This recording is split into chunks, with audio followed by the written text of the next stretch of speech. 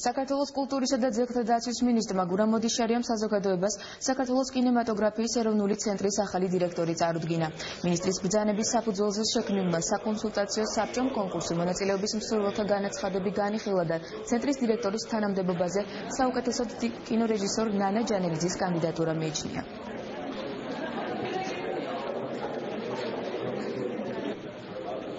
დამტკიცდა ასე რომ ქალბატონი ნანა ჯანელიძე, რომელმაც მიიღო აბსოლუტური უმრავლესობა ხმების, იქნება უკვე დღეიდან კინოცენტრის დირექტორი. მეც ვაწერ ხელს ამ ბრძანებას ახლა რამდენიმე წუთში და მინდა მიულოცო ქალბატონ ნანას, რომელიც არის შესანიშნავი წარმატებული შემოქმედი და იმედი მაქვს, რომ ის ასეთივე წარმატებული ხელმძღვანელი იქნება კინოცენტრში. იყო 15 კანდიდატი, ეს ჩემთვის სულად მოულოდნელი იყო, რომ ეს ნაბიჯი გადავდგე, ჩემთვისაც, მაგრამ იმდენად კარგად იყო კინოცენტრის საქმე აწყობილი და იმდენ დრო დასჭირდა ამის გაკეთებას, რომ მე მივხვდი, რომ დადგა კრიტიკული მომენტი, როდესაც აი ეს მონაპოვარი შეიძლება დახუპულიყო, დამსხვრეულიყო.